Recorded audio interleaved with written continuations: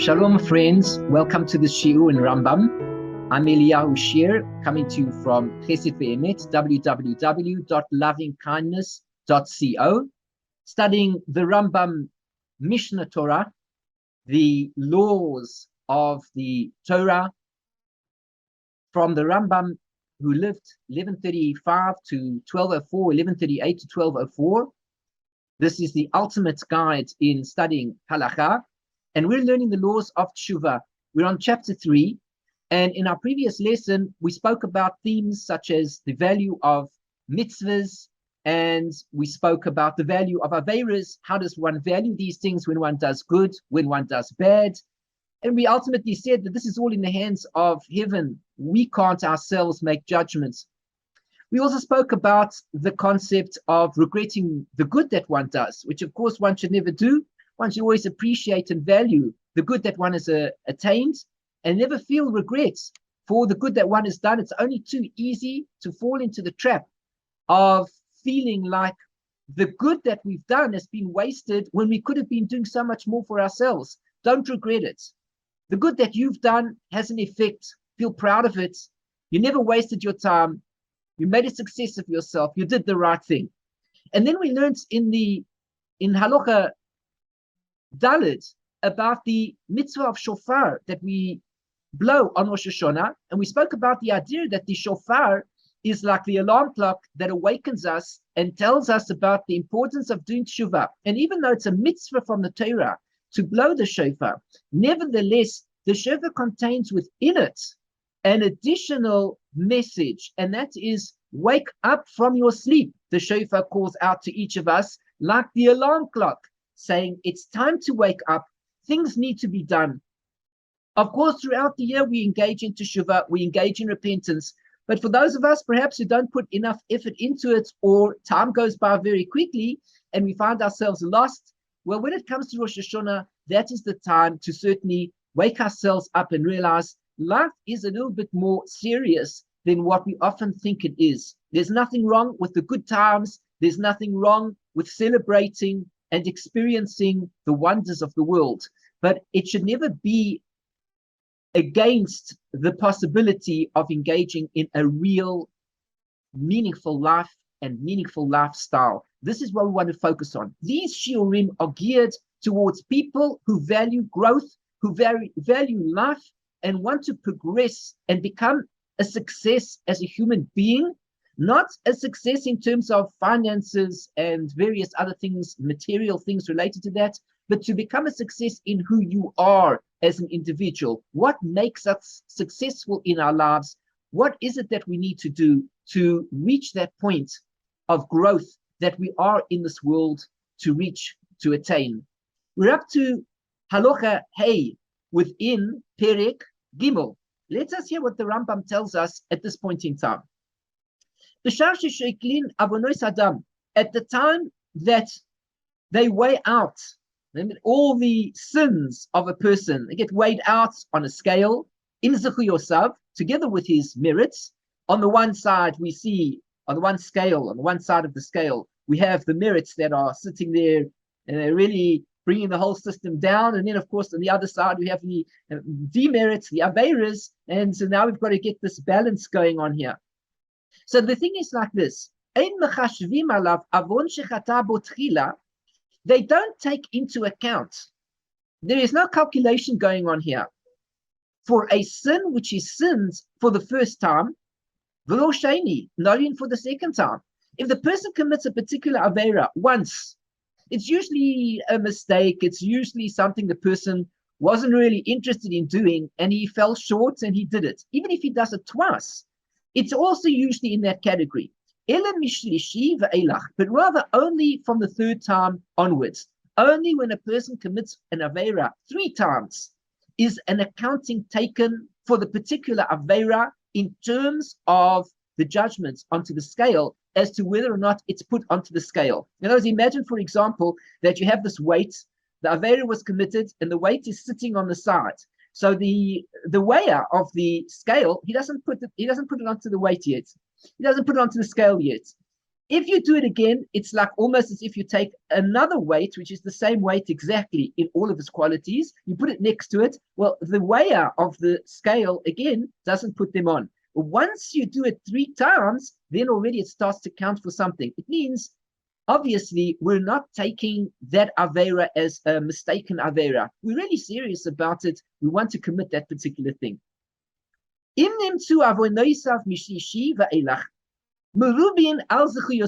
we found that our sins, the person's sins, from number 3 and onwards are greater than his merits, that means to say that once he does the Avera 3 times, we include that into the scale of demerits on the side of the Averas. And if we see that this is greater than the sides of merit, according to Hashem, of course, not according to us, we're not making the calculation. What is considered a sin? What is considered Avera? How much weight is given towards the sin and Avera? Then those 2 sins, mitztarfim v'danin also alakol. These 2 sins are joined, and we judge everything together. Well, not we judge it. The whole matter is judged by God together with the whole measurement of this scale, of this weighing out. If it's found that a person's merits, in contrast, and we weigh it out towards, relative to the sins,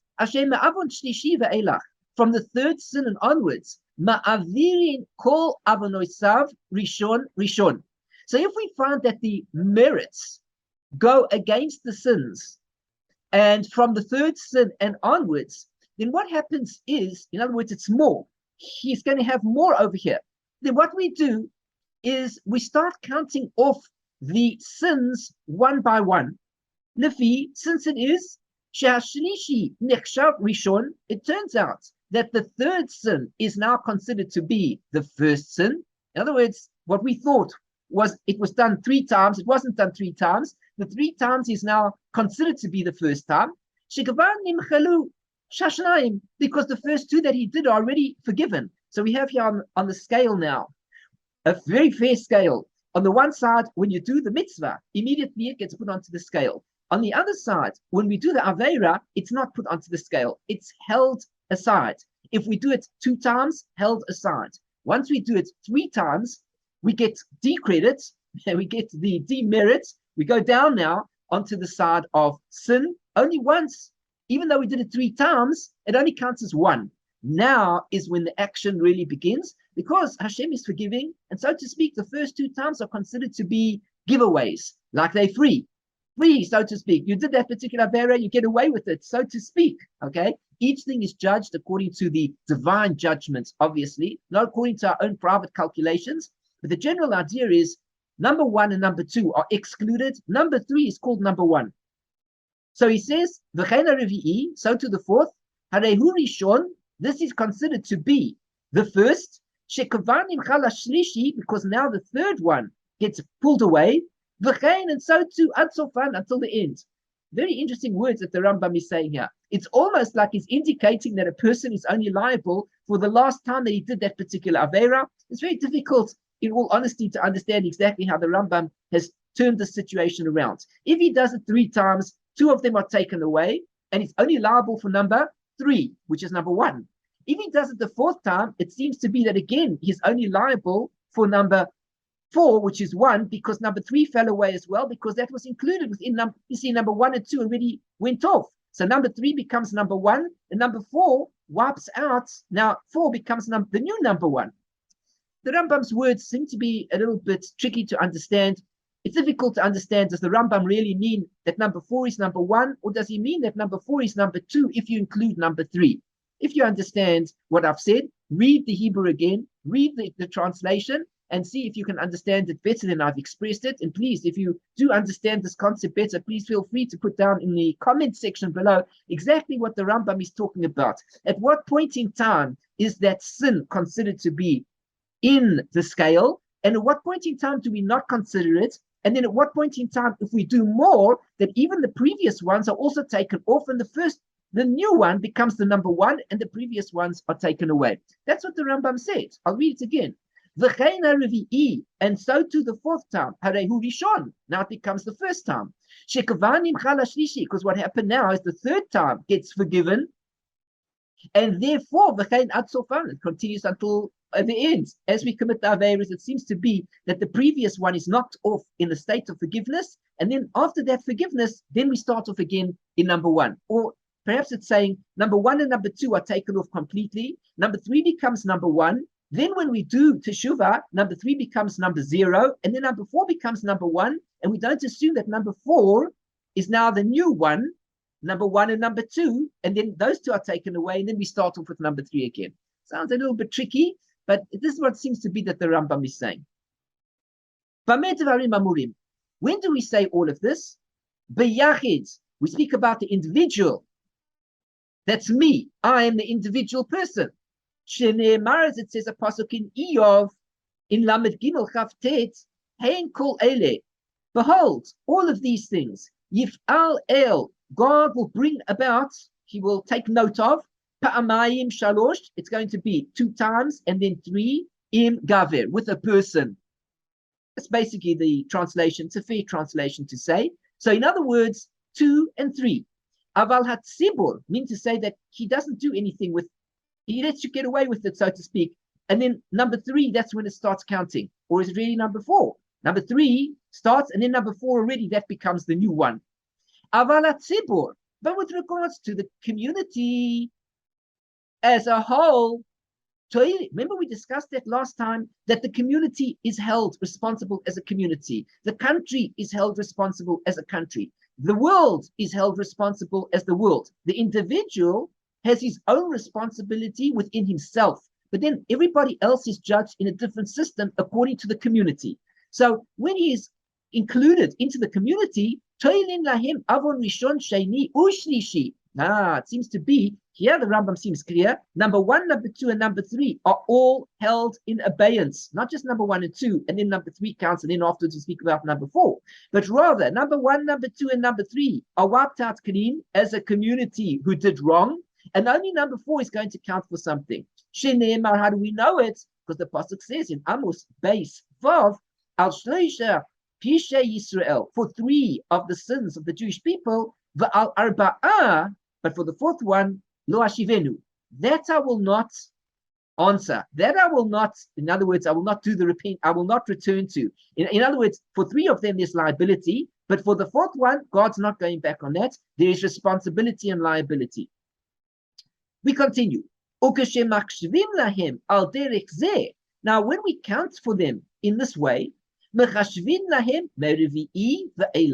Rambam says it clearly that for the community begins on the 4th sin and onwards. We continue. Beinoni, regarding the middleman, remember we discussed before. We said that the tzaddik is somebody whose good deeds outweigh his bad deeds. Not somebody who's a tzaddik in the spiritual sense of the word, that he's an extremely godly person and he devotes his entire life to Torah and mitzvahs, etc. He can always be found in the base midrash. He's davening, he's learning, he's doing mitzvot all day long, doesn't stop for a second. We're not talking about this tzaddik who is on a very great spiritual level. We're talking about the tzaddik because his good deeds outweigh his bad deeds. The Rasha, bad deeds outweigh the good deeds. Beinoni sits in the middle. What's the din? What's the law of the Beinoni? Interesting.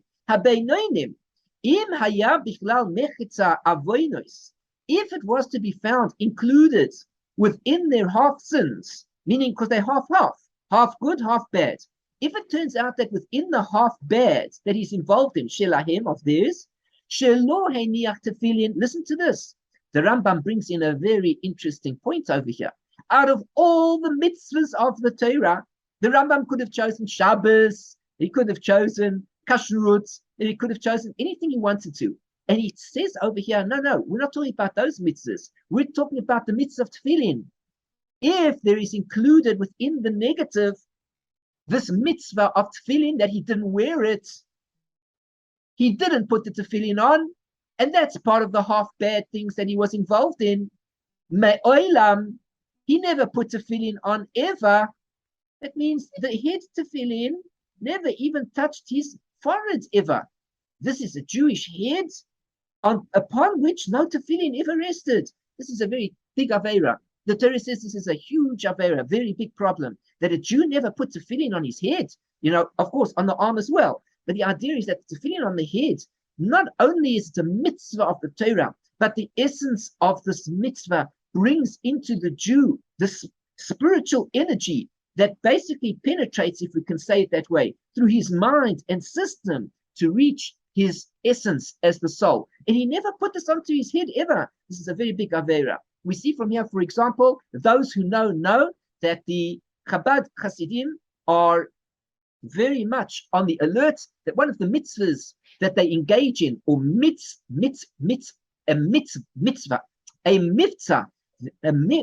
is the commandment, the mitzvah is the project. One of the mitzvahim that the Chabad Hasidim engage in, and everybody knows this, is that they go around with their booths, or even if they don't have a booth somewhere, and they have their tefillin with them, they have a pair of tefillin, and they put them on a fellow Jew. First they call him aside, Rebellious, are you Jewish? They say, are you Jewish? The fellow says, yes, I'm Jewish. Did you put tefillin on today? No, he didn't put tefillin on. He didn't put tefillin on today. He asked him, did you ever put tefillin on? He says, no, I don't even knew about this. Well, why not? Nobody told me. Or they just made rumors about it. They said, the Frum people, they put tefillin on, but we're not from a Frum family, so we don't wear tefillin. Or my father never mentioned it. Or my father, God forbid, he's not Jewish. And so when my mother brought me up, she didn't say anything, and my father certainly didn't say anything because he's not Jewish, or etc., whatever the story may be. And as a result of this, he never put tefillin on. So the Chabad Chassid says to him, please come and put tefillin on.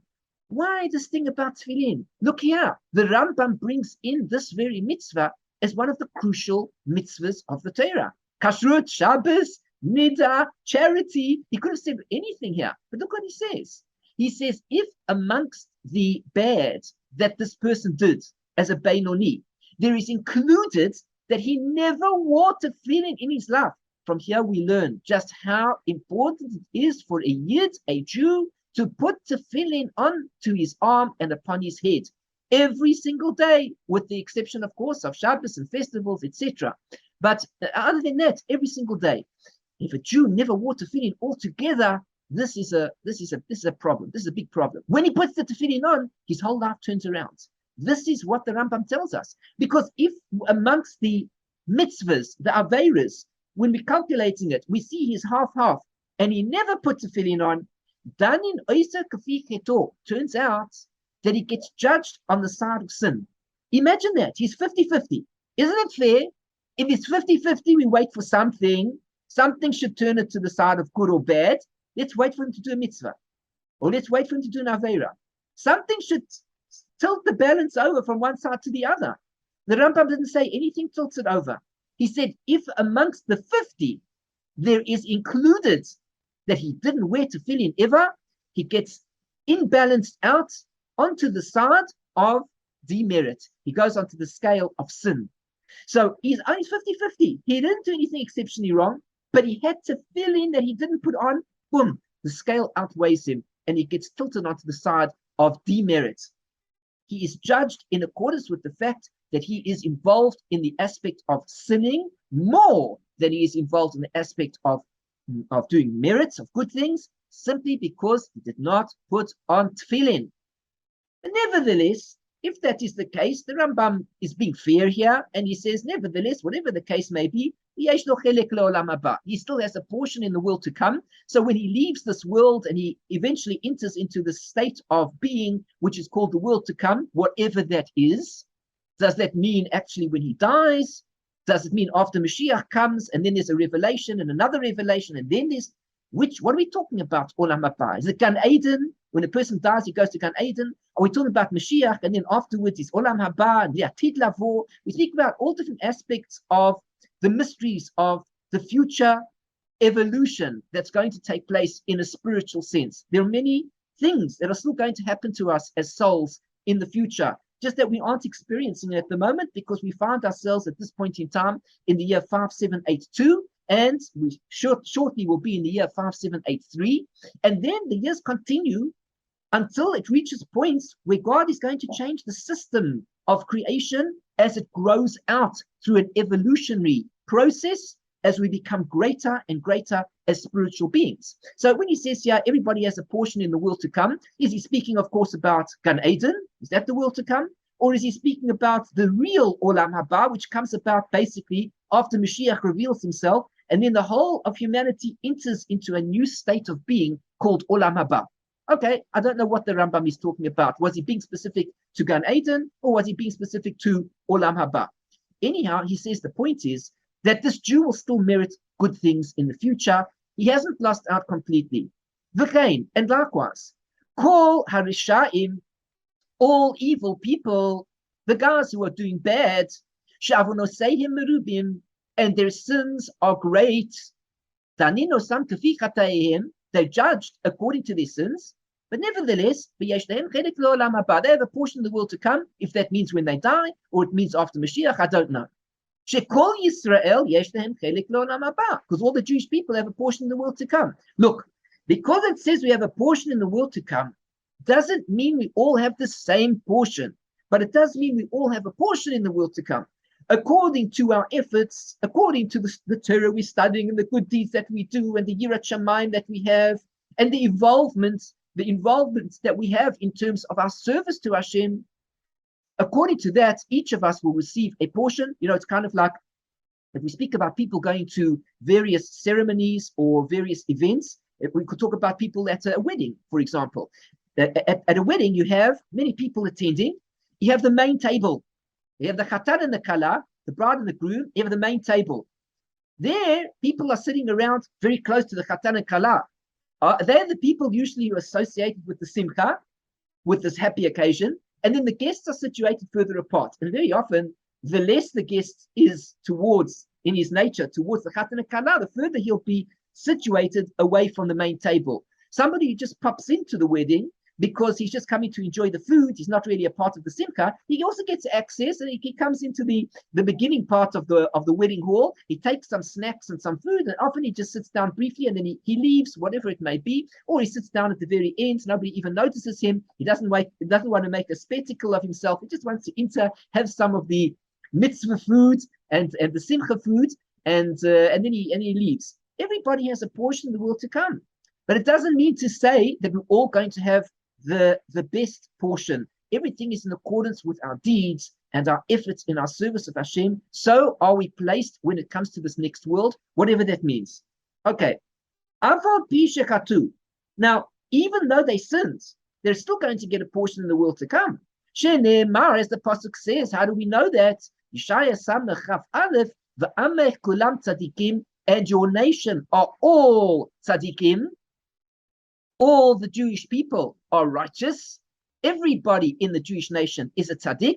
Once again, I'm not talking about tzaddik in terms of he's a great spiritual individual, but whatever that word tzaddik means in the sense is that ultimately a Jew is defined in his nature, when it comes down to it, that he is a tzaddik, that he has a righteous soul. Le'olam yirshu aretz, forever shall they inherit the land, which is referring to Olam Haba. When a Jew leaves this world or goes into this next era or millennium, whatever you want to call it, when Mashiach will reveal himself, we will see that we will all inherit a portion in the world to come, because we are all tzaddikim. But there's tzaddik and tzaddik and tzaddik. You know, people are talented in certain ways. We know this person is a plumber, that person's a plumber, and another person's a plumber. But this one knows how to get the job done.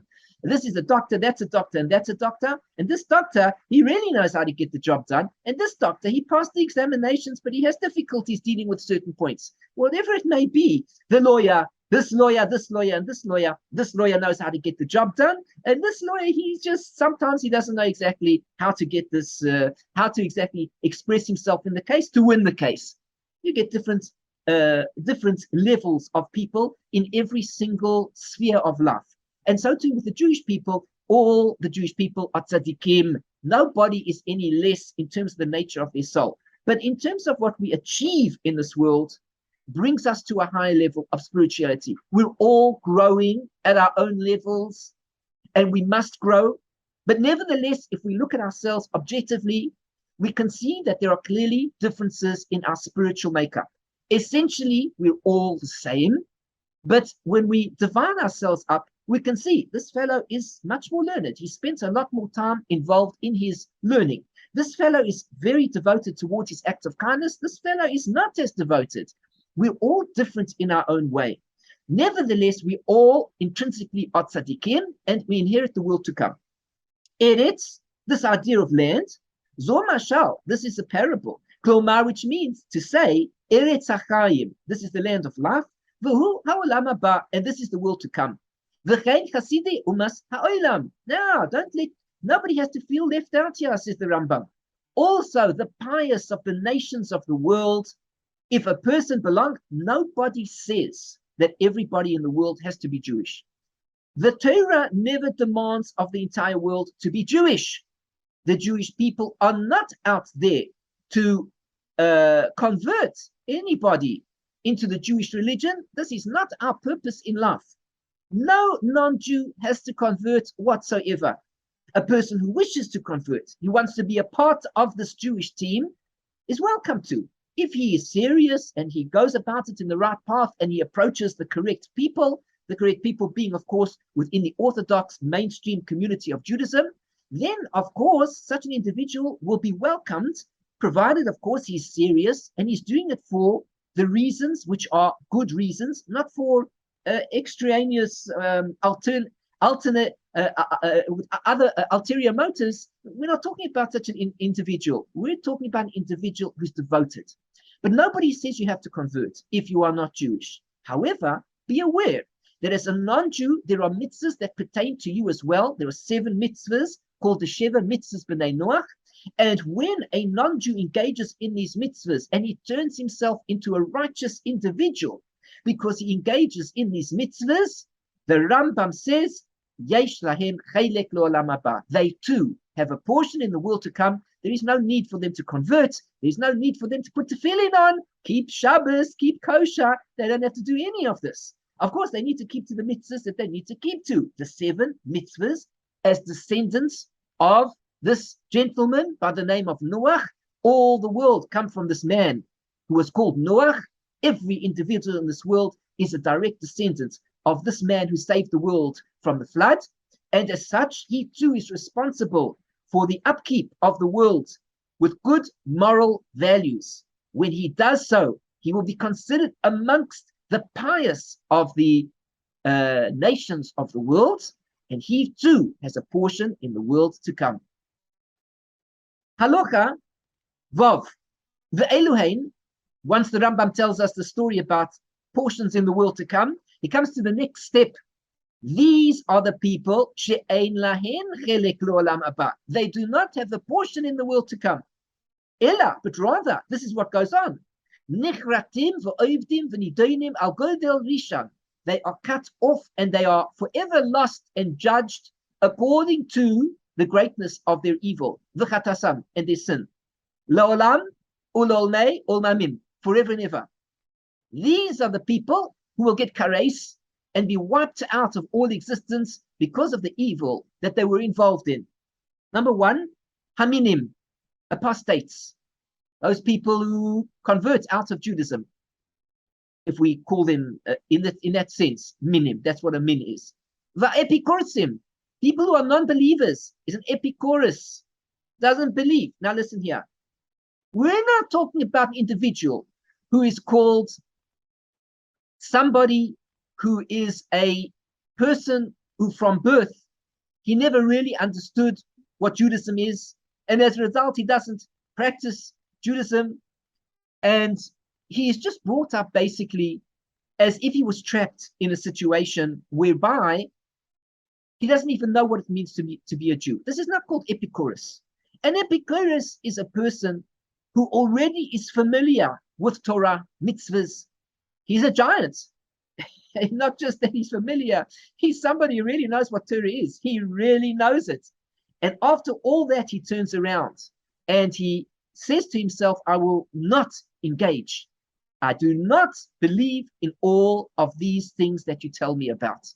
He knows about it. He really does. And he turns a blind eye to it. This is called an Epikoros. He doesn't believe. We're not talking about a person who is simply somebody who was brought up and unfortunately, he doesn't even know what it means to be Jewish. He knows that he's Jewish, but he doesn't know what to do with himself. He doesn't know about Tefillin, doesn't appreciate, doesn't understand brachot, doesn't understand Shabbos. You tell him he's coming to Shabbos. He says, those who are from, they keep Shabbos. We don't keep Shabbos because we don't know about it. We're not talking about such individuals. We're talking about people who really know what Torah is. They know what mitzvahs are. They turn a blind eye and they say, I will not do that. This is an Epikoros, a non-believer. Those people who deny the Torah. I don't believe that the Torah is what you tell me it is. I say that man made up the whole story. Those people who deny that there will be a resurrection of the dead. Anybody who denies that there's a resurrection of the dead is considered in this category of Risha'im, of evil people who will be wiped out. Or Bias Hagel, and they don't believe in the coming of the Redeemer. They don't believe in the Mashiach who's going to redeem the world and take us out of this terrible state of exile that we find ourselves in. Hamoidim, those who are rebellious, they rebel. Rabim, those people who cause the masses to sin. You know the people I'm talking about. They get onto their microphones and their channels where they can broadcast to the whole world, and they tell the world about all the things that they should be doing against what the Torah is. Rabim, they tell them all the time to go off the path, go away from this path of Judaism, and they cause many, many people to stumble. Those people who separate from the ways of the community. Anybody who separates, the community say, look, this is what we need to do as a community. And this person says, but not for me. I am not part of this community. I'm separate. I lead my own life. I'm not interested whatsoever in communities. I lead my own life. It has nothing to do with the community. I'm not interested in any community. Not because he lives far away, not because it's difficult for him to go to shul. I'm not talking about these things. We're talking about a situation where a person really breaks himself off the community, from the community, and he says, I'm not a part of this crowd. I do things my way. Somebody who does Averis with an outstretched, he puts his hand up in the air and he says to people, I am committing this Avera. Do you see? Do you see what I'm doing? I'm driving on Shabbos. Can you see? And he honks the horn and he toots, beep, beep, beep, and everybody can see this fellow. He says, that is right. I am breaking Shabbos. I want everybody to know that that is what I'm doing. So he's with an arm in the air, biyad rama, the parhesia ke Yehoyakim, like King Yehoyakim, who was known to show people that I'm not interested in all these mitzvahs. I am an evil king, and I will do what I want to do. Don't you tell me. V'hamoisrim, those who tell on others, those who report other Jews to the non-Jewish authorities in the hope that they will be held responsible for particular things that they did. When a person, for example, reports a Jew to a non-Jewish authority and he ends up causing that this person will go to jail or worse, so he's called a Moser. He hands over the person into the hands of a non-Jew. This is very complicated sugya. Please do not go off on your own tangents and work out what this means. Every situation requires a competent halakhic authority to deal with as to when it is that a person may be permitted to report another person to the authorities. And at times there are moments where it is not permitted. One needs to ask a shaila as to when it is important and crucial to report, and indeed one should do so. And when there are times, of course, where one must refrain from doing so. And if one does so, one is called a moser.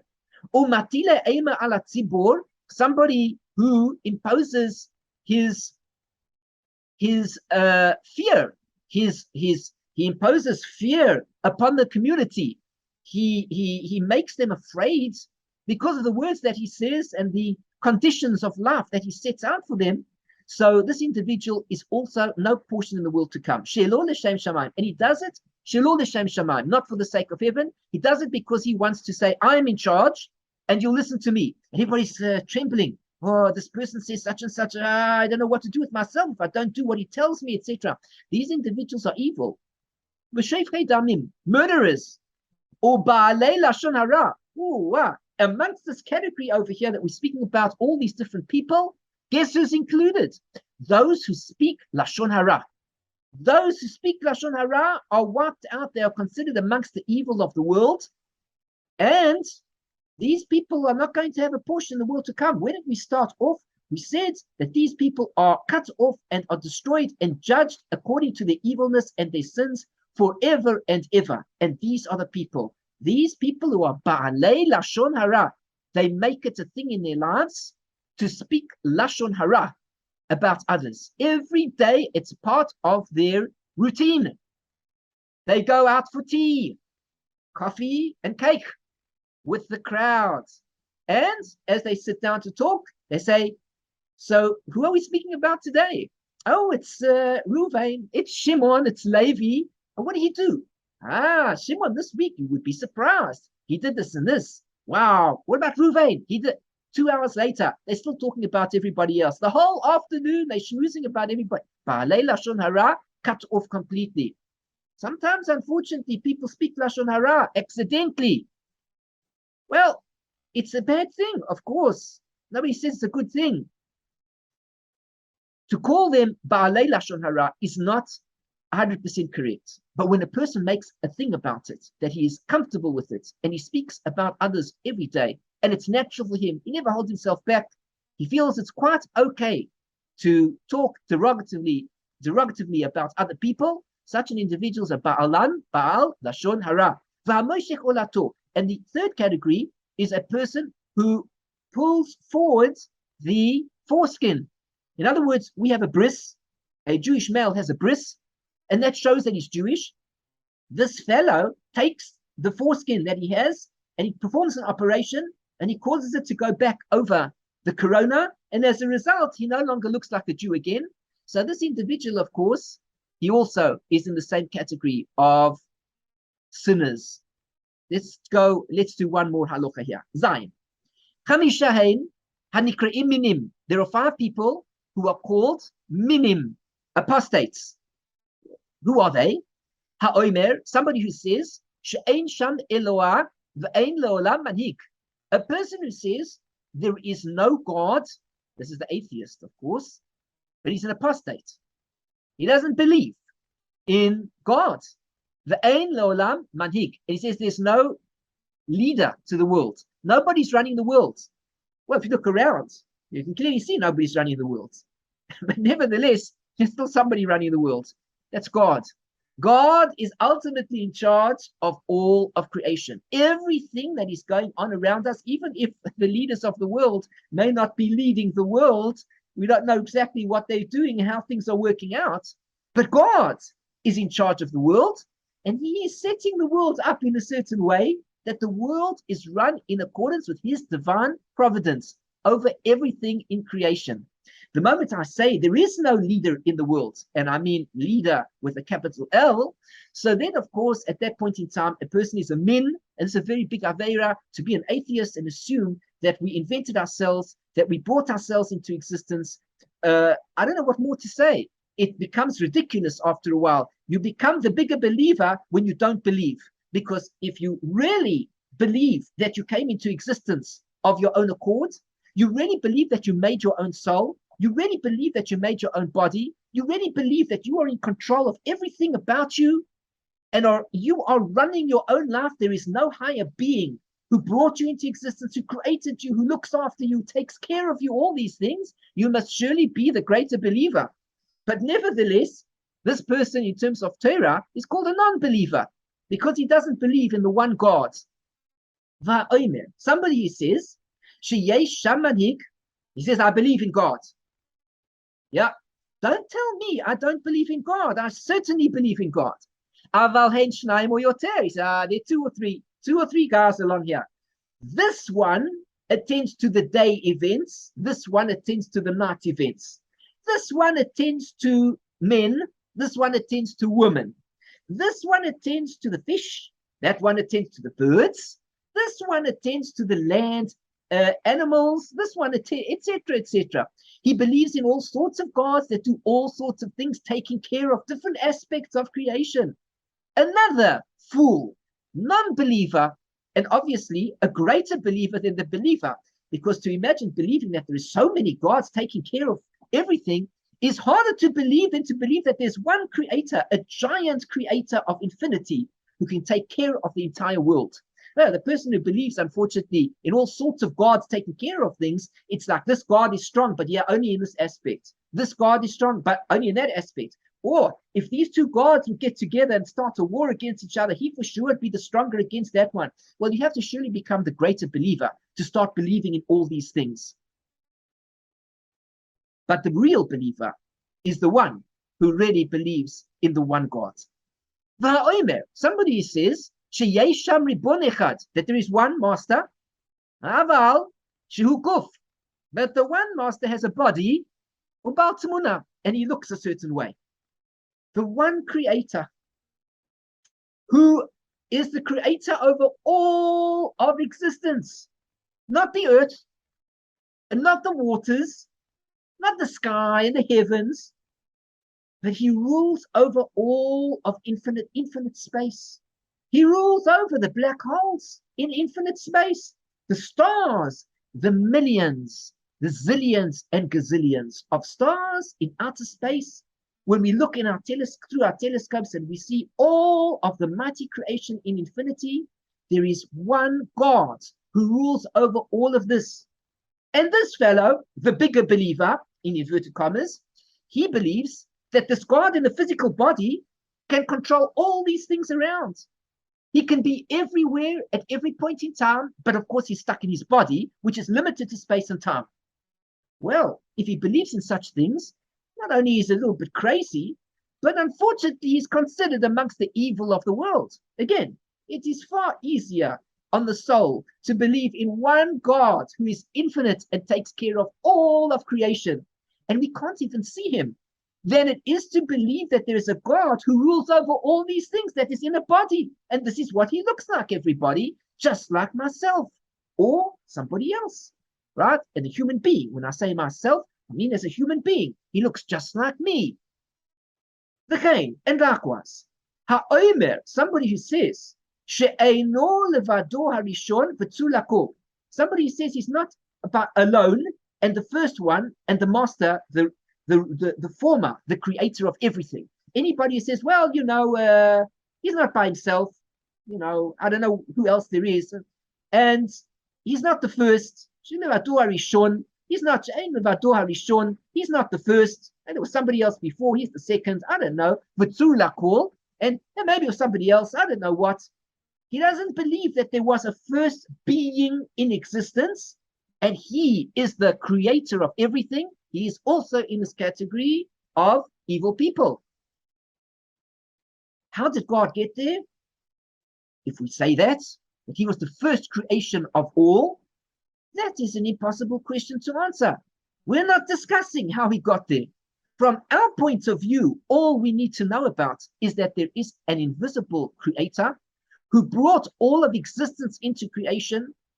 He exists everywhere at every point in time, and he controls everything in all of existence every moment in time.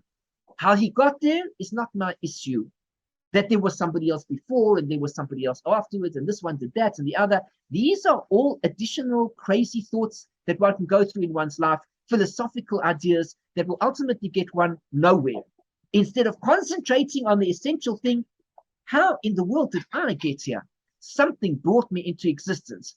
Rest assured, it wasn't my parents. My parents might have brought my physical body into existence, but my spiritual soul was not created by my parents. Rest assured, if you were to ask the average parent whether they created the spiritual soul of their child, they would say, I certainly did not do such a thing. Many times parents are angry at their children. Rest assured, if they could create their children in a spiritual likeness that they would like, then they would never have brought the spiritual likeness in front of them that they have now, that they keep fighting with. They would get it right and produce the spiritual entity that's perfect for them. Parents do not create souls. They create bodies. And when a person dies, the body is returned back to the parents, and the parents can bury the body if they wish to. But the soul returns back to God from where it came from. So our duty is to recognize the infinite creator and not to go against and assume that there wasn't. This is not he wasn't the fellow in charge of creating all of existence, this whatever, etc. Such a person who believes such things, he is accounted for amongst the evil of the world. V'chein and likewise, or mazel, a person who is serving a star or a constellation, in other words, he's an idol worshipper, v'zulato, and anything else to God, somebody who believes that if I serve star X, Y, X or Y, in order that this star or this creation that I see will be for me an advocate between me and the creator of the world, he is also amongst these evil of the world. What do I need an intermediary for? I need no intermediary. The same God that created me from all of time before as a soul is still connecting with me right now as I talk and say these words. He is allowing me to say these words. And every time you talk, don't forget that either. Every word that you say is because the Creator is behind you. He is there and he's allowing you to express yourself as you are. Anytime he wishes to, he can stand back and all of a sudden, as we know the case of people who are unable to speak any longer. At that point in time, God removes himself. It's not so easy for the person to speak any longer. So everything that I'm doing is because I'm attached to God all the time.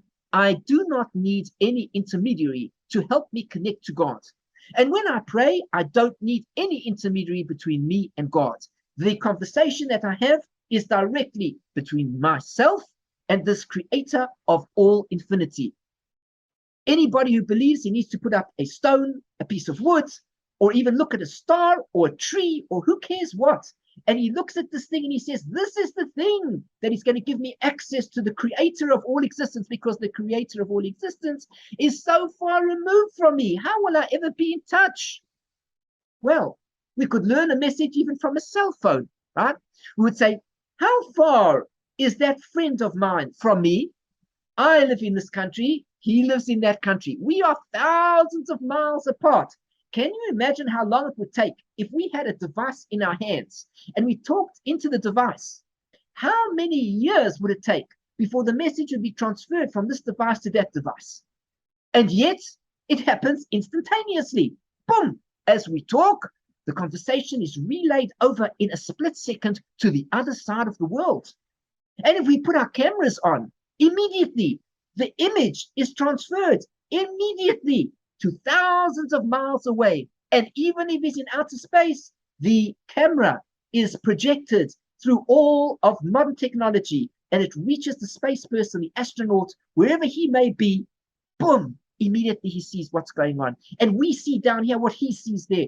And the connection is happening immediately. This is unbelievable. All the more so when we speak about the creator of the universe, who surrounds us, who is within us at all moments in time.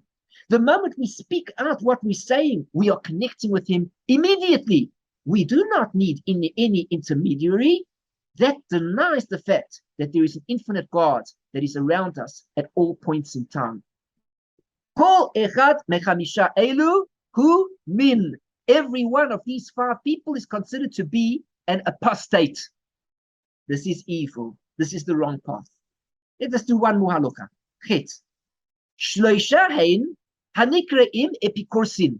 There are 3 people who are called Epikoroses, non-believers.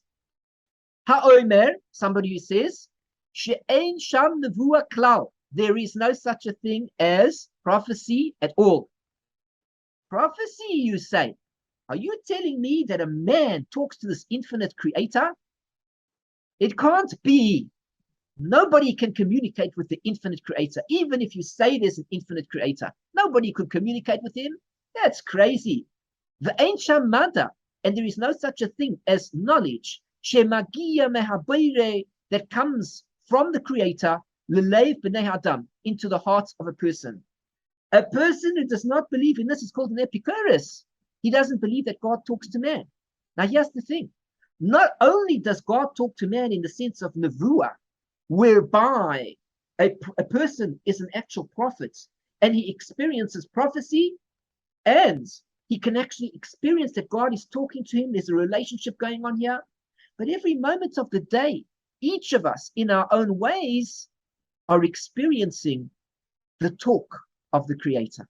The Creator is talking to us all the time. Just that sometimes we don't hear it so well. I guess that's getting the antenna correct. I mean, after all, this is the same concept. Let's be honest. If we take our cell phone, since we're talking about it, well, if we don't have the right number to get across to, we cannot talk to that person. Now, when we do get the right number, we make the connection with that person, and we're able to hear what they're saying, and they can hear what we're saying. Now, the truth of the matter is, if you sit next to somebody who's on the cell phone, is it correct to assume that through the sound waves, there are sound waves going through the entire room, but they're reaching only that person because the connection is made with that person only? Correct? Correct. Therefore, there are sound waves around us all the time. But what's our problem as to why we can't hear it? Because we don't have the antenna. When we can put the antenna correctly, we will hear the sound wave. This is the nature of the radio. We take a radio, we put an antenna, we begin to tune it in. Now, the truth is the sound waves are going on around us all the time. But because they are below our level of hearing, or above our level of hearing, whichever way you want to look at it, we can't hear the sound wave. We can't hear all the noise around us. But when we turn the radio on, suddenly all the sound waves come through and we can hear what's going on right in our room. Was the noise always there? Yes, it certainly was, but we don't hear it. But once we put the radio on, then we can hear the sound that's coming through because the antenna is picking up the sound that is actually there. The prophet is the radio that's turned on, that receives the connection to Hashem, and he can hear the message. For ourselves, we don't always reach this level of nevuah, but rest assured, the sound waves are always coming through. God is always talking to us, and it's in fact having an effect on us.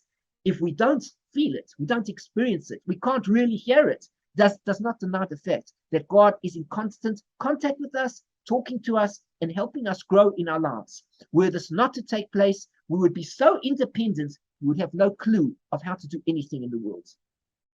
Prophecy is a process of God talking to man, and it happens to the greatest of individuals, and it even happens to us on a very low level, whereby we don't really know that we're experiencing it, but very often we are feeling certain things, and this is God talking to us and pushing us along in our direction in life. So we see over here, this person who doesn't believe in this prophecy is called an Epikoros. Somebody who denies the prophecy of Moses, our teacher. Somebody who says, oh, that fellow Moses, he was a smart fellow. I am certain he was a genius, and that is why he was able to compose the book that he did and teach whatever it was that he did.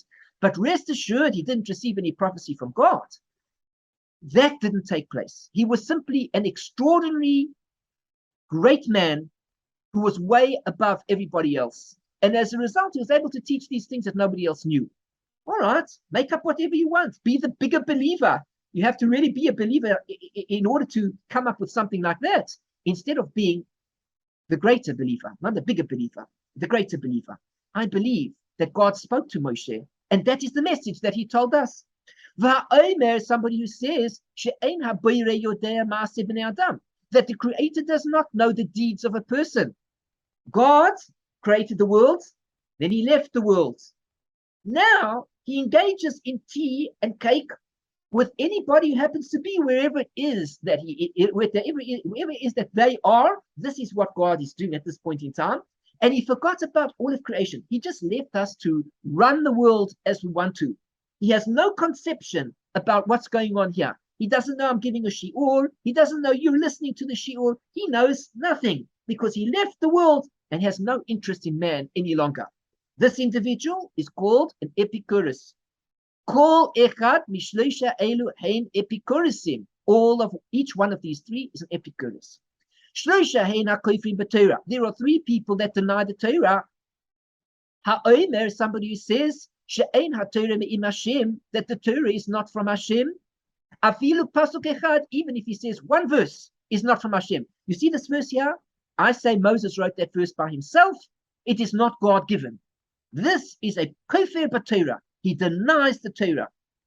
Avila teva achas, even one word. Imama Moshe amaro, if he says that Moshe said it mipi atzmo, of his own account, hareze kofir b'Torah, he denies the whole Torah.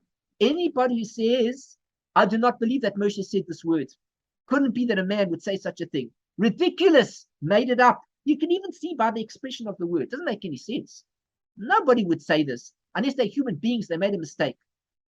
V'chein, and likewise, ha'kofir b'perusha, somebody who denies the explanation. What is the explanation? The oral Torah. What's the oral Torah? Broken telephone conversation. Everybody got the message wrong. It started out like this. It ended up that way. Started out like a sentence, and the man sat on the roof, etc., etc. Ended up with the sentence, the cat. So you see, that's how the telephone conversation went. It has not, one thing has nothing to do with the other. What are you talking about? Well, after 3,000 years, surely, even if you tell me the message was real, by now the whole message is forgotten, confused. There is no oral Torah. Nobody can keep up in teaching these oral values year after year. In fact, there never was an oral Torah. From the beginning, it was forgotten. I don't believe it for a second, the person says. This is an Epikoros. All the oral Torah we have today is because this is what Moshe Rabbeinu received.